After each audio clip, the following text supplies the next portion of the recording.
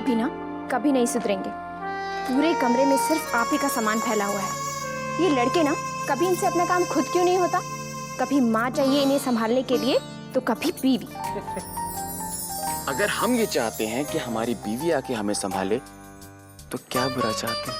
बस बस बहुत हो गया आपका रोमांस। अच्छा सुनिए, मुझे आपसे एक जरूरी बात करनी है। वर्षा, आजकल तुम ना बहुत बोरिंग हो गई हो। कभी ये काम तो कभी वो काम। मेरे लिए तो तुम्हारे पास वक्त ही नहीं है। इससे अच्छा तो हम लोग पहले थे, कभी कभी मिलते थे, लेकिन वो वक्त हमारा अपना होता था, किसी की दखल अंदाजी नहीं होती थी। वर्षा, मेरे पास एक कमाल का आइडिया है। कल संडे है ना, क्यों हम दोनों कल घूमने चलें? सिर्फ मैं और सिर्फ तुम। और घर के बड़े उनसे क्या कहेंगे कि हम कहाँ जा रहे हैं? उन्हें बुरा नहीं लगेगा? अरे उन्हें बताने की क्या जरूरत है? तुम अपनी माँ के घर जाने का बहाना बनाकर निकल आना। पहले हम लोग तुम्हारी माँ से छिप छिप कर मिलते थे, आजकल मेरी माँ से छिप कर मिलना पड़ रहा है। चलो इसी बहाने हम लोग साथ में टाइम तो बिता लेंगे, वरना हर टाइम तुम घर के कामों में उलझी रहती हो। लेकिन झूठ बोल के। Everything is fair in love and war. और अगर प्यार के लिए एक झूठ बोल भी दिया तो क्या गलत किया? किसी का कुछ नुकसान तो नहीं किया ना? अच्छा शौर्य, आपको क्या लगता है वो जो हम एक दूसरे के साथ पल बिताते थे, एक दूसरे से छिप छिप के मिलना, एक दूसरे के साथ वक्त बिताना, सब ठीक था? अरे इसमें गलत क्या था? अब देखो, अगर हम दोनों एक दूसरे से नहीं मिलते तो एक दूसरे को कैसे पहचानते? और अगर पहचानते नहीं तो हमारी शादी कैसे होती? और फिर तुम ये कैसे डिसाइड कर पाती कि यही वो बुद्धू है जो तुम्हें पसंद है? और मैं ये कैसे डिसाइड करता कि यही वो लड़की है जिसके नाज नखरे मुझे जिंदगी भर उठाने हैं? ऐसे क्यों मुस्कुरा रही हो तुम? मुझे ऐसा क्यों लग रहा है तुम्हारे दिमाग में कुछ चल रहा है? क्या इरादा क्या है तुम्हारा? कहीं मेरी ही बातों में मुझे ही फंसाने वाली तो नहीं हो तुम? हाँ? ये ले ले, खा ले। तुझे याद है जब तू छोटा था तो ये बतासे चुराने कैसे मेरे कमरे में घुस जाता था और ढेर सारे बतासे मुट्ठी में भर के पलंग के नीचे छिप जाता था। और आप हमेशा इस बात पे मेरे कान उमेड़ा करती थी। बच्चा समझ के हर कोई मुझ पे बहुत जुल्म करता था। हाँ? वेरी बैड भाभी माँ, आपसे मैंने कभी कुछ नहीं कहा, नहीं तो मैं। अच्छा, मैं अब भी तेरे कान उमेड़ सकती हूँ, समझा? पर मेरे लिए तो तू मेरा मुन्ना ही रहेगा। लेकिन अब लगने लगा है मेरा मुन्ना बड़ा हो रहा है, सब लोग तेरे लिए दुल्हन खोजने लगे हैं। आप भी भाभी माँ। देखिए, मैंने भी तेरी माँ को कह दिया है, मेरी मर्जी के बिना कुछ नहीं होगा। मेरे मुन्ना के लिए मैं खुद दुल्हन खोजूंगी, तेरी माँ की एक नहीं सुनूंगी। हाँ, थैंक गॉड भाभी माँ, मैं तो आपसे यही कहने आया था। सच बताऊं भाभी माँ, माँ की पसंद पे मुझे बिल्कुल भरोसा नहीं है। एक आप ही तो है जिस पे मुझे पूरा ट्रस्ट है। आखिर मेरी जिंदगी का सवाल है, कहीं किसी गलत लड़की से शादी होगी तो जिंदगी भर फंस जाऊंगा मैं। अरे ऐसे कैसे किसी भी लड़की के साथ शादी होगी? तेरी भाभी माँ है ना, लाखों में से ढूंढ के हीरे जैसी दुल्हन लाऊंगी मैं मेरे मुन्ना के लिए। लेकिन मुन्ना, एक बात बता, कल जो तुम लोग लड़की देखने गए थे वो तो ऐसी ही थी, कुछ खास नहीं थी भाभी। अच्छा, देखो तो।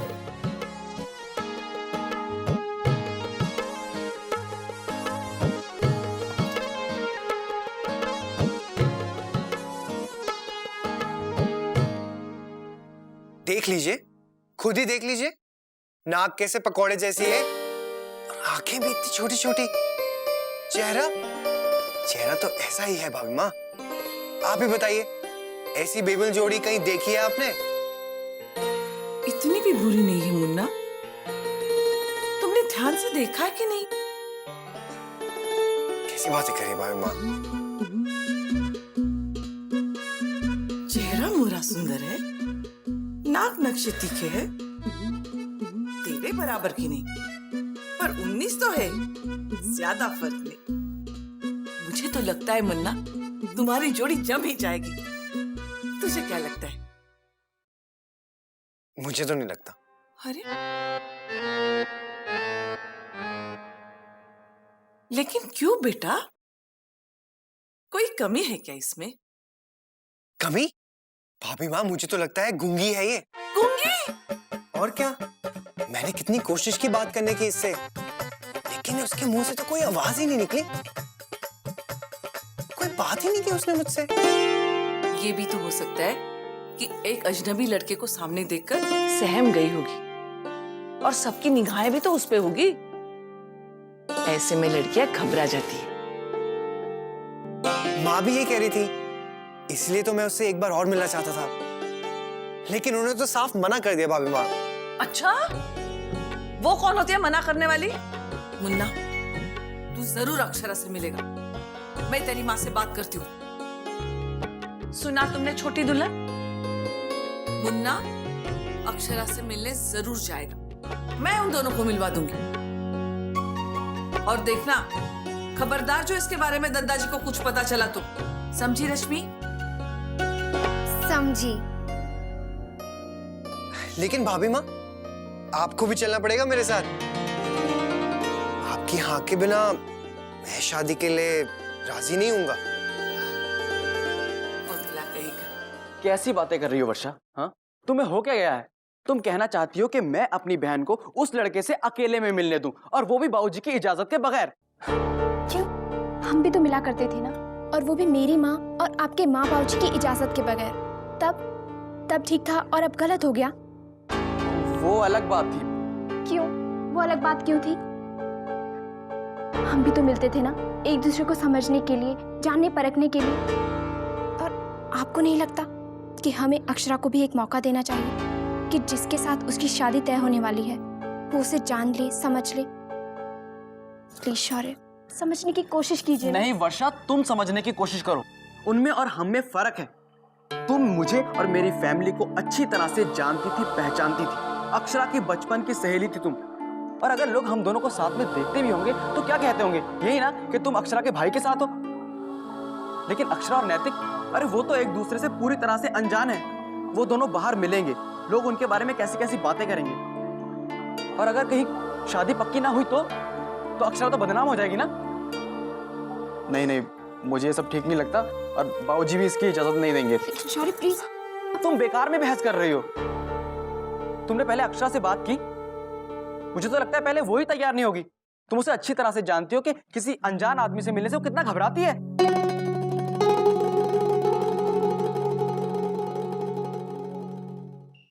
देखो अंशु, ये तो बहुत इजी है।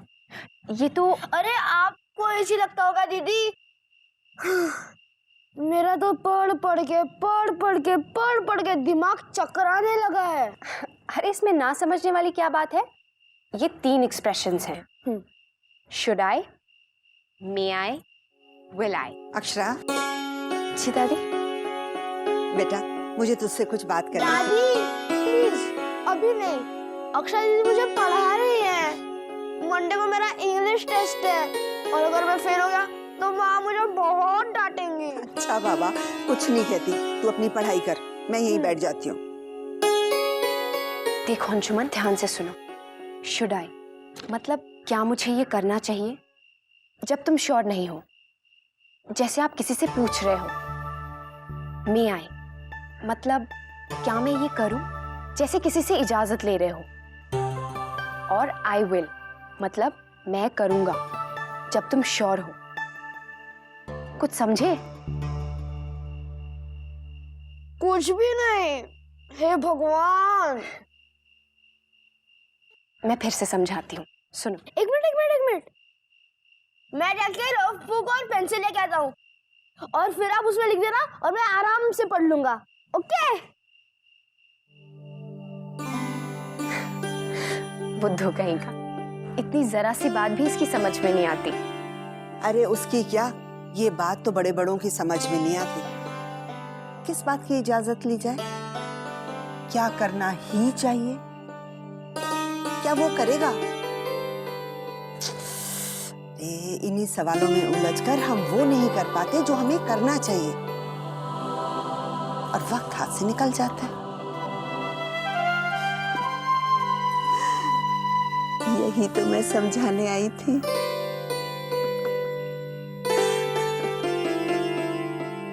Should I? May I? I will.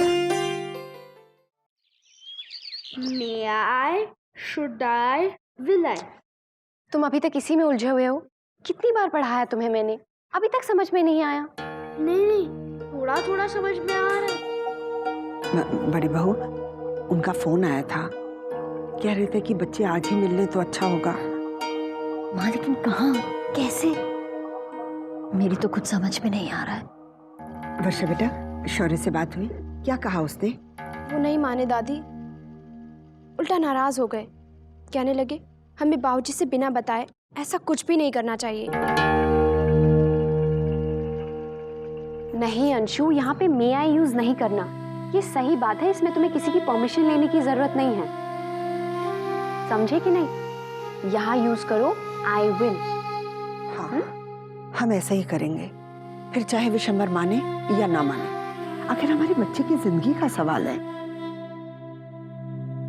ना सिर्फ नैतिक बल्कि अक्षरा के लिए भी अच्छा होगा कि कोई भी निर्णय लेने से पहले एक दूसरे को अच्छी तरह से परख लें।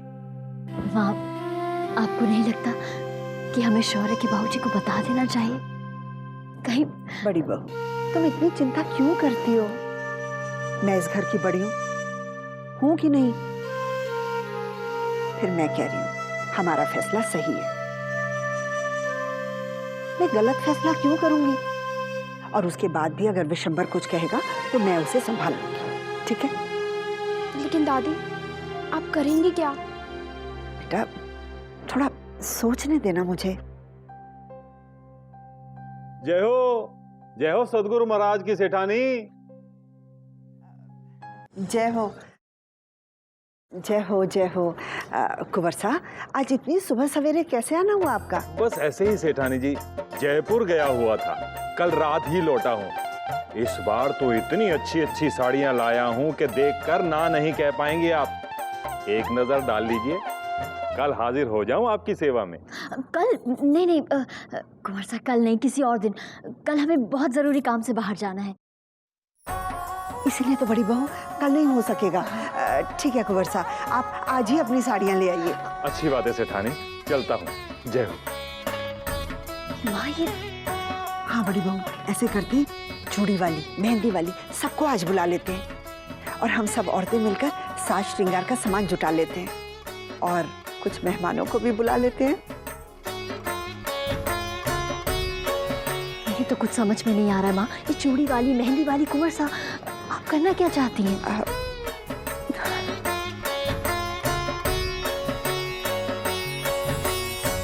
समझे? अब बताओ इसका क्या मतलब है? आई शैल डू इट। मैं ऐसा करूंगा।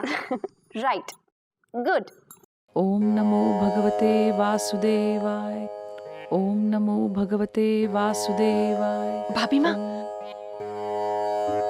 माँ, राजश्री बहन का फोन आया था। हाँ, कुंवर साहब की साड़ियाँ देखने के बहाने बुलाया है। कह रही थी नैतिक को भी ले आए। उनके पति देवर जी कोई भी उस समय घर पे नहीं होंगे, बच्चे आराम से बात कर पाएंगे। अच्छा, एक काम करो छोटी दुल्हन, उन्हें फोन करके कह दो कि हम आज दोपहर को आ जाएंगे, तब तक तुम्हारे दादाजी भी सत्संग चले जाएंगे। हाँ? मेरे ख्याल से जो टेंडर के बारे में बताया वो बात बिल्कुल सही है जी। इसमें अगर हम 2-4 रुपए कम भी कर लें तो। ये क्या विशंभर, ये भी कोई बात हुई भला? छुट्टी वाले दिन भी काम? अरे जरा बाहर जाओ, कुछ देर घूमो, जी बहल जाएगा। माँ, काम भी तो जरूरी है ना। हाँ, सिर्फ तेरे लिए ही काम है, मेरा नहीं। कितने महीनों से कह रही हूँ कि घर के सब आदमी लोग राधा रमन जी के मंदिर में जाकर माथा टेकेंगे। अब तो शौर्य की शादी भी हो गई है, लेकिन अभी तक कोई नहीं गया। माँ, लेकिन ये सब काम तो आप औरतें करती हैं ना। और वैसे भी ओमी मंदिर कहाँ जाता है? क्या बात है माँ, भाभी, आज हम सबको घर से बाहर निकालने की तैयारी क्यों हो रही है? ओम शांति शांति शांति शांति। सोचूं आज मैं सत्संग न जाऊं। लेकिन हर रविवार तो आप जाते हो। सो तो है, पर आज मने मुंशी जी को कहला भेजो है। बना बोले था उसे हिसाब किताब में कुछ गड़बड़ ला गए, तो मैं सोचा क्यों ना हिसाब किताब पर ही बैठ जाऊं। क्यों, ठीक है ना? ओम शांति शांति शांति। ठीक है माँ, आपका हुक्म है तो हम मंदिर जाएंगे, लेकिन आप सभी चलेंगे।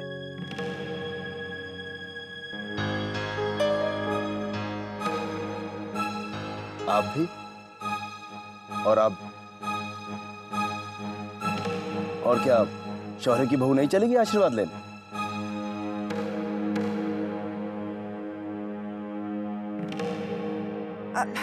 अरे बेटा, लेकिन वो पर मैं कहूं, ऐसी उल्टी रीत किस बात की? आज से पहले तो आपने कभी सत्संग में जाना नहीं छोड़ा। सो तो है, पर धंधे का हिसाब किताब भी तो जरूरी है ना मामरी। तो इसका मतलब पैसा धर्म से ऊंचा हो गया, बड़ा हो गया आज के दिन। मैं तो कहूं, इस लोक के भंवर में पड़े रहे तो आपका परलोक कब सुधरेगा जी? तू बोले तो सही है। चल ठीक है, मैं थारे कहे से आज सत्संग में चला जाता हूँ। तू मुंशी जी को कल पधारने को संदेशा भिजवा दे। हाँ जी।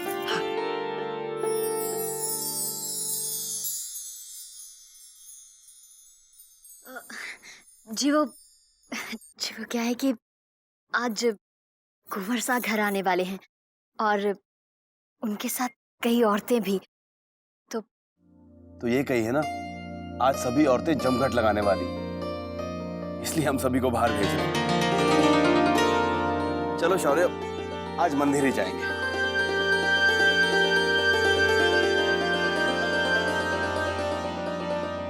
क्योंकि आज खाने के लिए भी कोई नहीं पूछेगा। क्यों? ठीक ही तो है दादा, एक बार हमें भी तो मौका मिले घूम के आने का। वैसे भी शहर घूमे अरसा हो गया।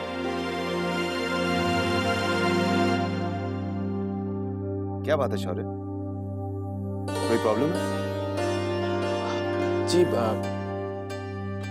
नई नई शादी हुई है ना दादा, संडे का दिन है, बीवी के साथ घूमना चाहता हूँ। भाभी ने कुंवर साहब को बुला के पूरा प्लान ही बदल डाला। राइट शौर्य? ठीक है ओमी, बोला से को गाड़ी निकाले। जी दादा।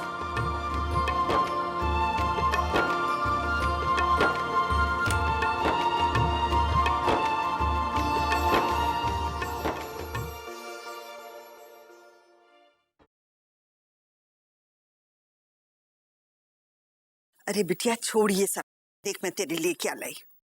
मटर की चाट, तुझे पसंद है ना? वाह, मटर की चाट मेरी फेवरेट है। ये आपने बनाई? और नहीं तो किसने? तेरी दादी ने अपने हाथ से बनाई है, अपनी लाडली के लिए। बहुत टेस्टी है दादी। हाँ, कितनी स्वीट है, मेरा कितना ख्याल रखती हैं, कितना प्यार करती हैं मुझे। अरे क्यों ना करूं? 3 पीढ़ियों के बाद हमारे घर में एक बेटी आई है। सच, कितने नाजों से पाला है हमने तुझे। पता है, हम सबको कितना इंतजार था तेरा। और जब तू पैदा हुई थी तो विशंबर की खुशी का तो ठिकाना ही नहीं था। पूरे शहर में विशंबर ने मिठाइयां बंटवाई थी, और उस रोज हमारे दरवाजे से कोई भी खाली हाथ नहीं गया था। पता है दादी, कभी कभी मुझे लगता है कि मैं इस दुनिया की सबसे लकी लड़की हूँ। मुझसे ज्यादा दुलार शायद ही किसी बेटी को मिला। सबकी लाडली हूँ मैं। बाकियों का तो मुझे पता नहीं। हाँ, इतना जरूर जानती हूँ, कुकू नारंग की बेटी भी तेरे जैसी लाडली होगी अपने पिता की। कुक्कू जी कौन? तेरे बाबूजी के बहुत अच्छे दोस्त हैं कुकू नारंग। पता है, इस दुनिया में आज भी लोग बेटे के लिए तरसते हैं, लेकिन ये एक ऐसे पिता है, 3 बेटों के बाप है, फिर भी चाहा एक बेटी की है। मुझे तो पूरी उम्मीद है इस बार वो भगवान से बेटी पाकर ही रहेंगे। ये रिश्ता क्या कहलाता है। आपके मनोरंजन पर अब नहीं लगेगा कोई ब्रेक। स्टार प्लस के बेहतरीन शोज देखने के लिए लाइक, शेयर और सब्सक्राइब करें स्टार प्लस यूट्यूब पेज को।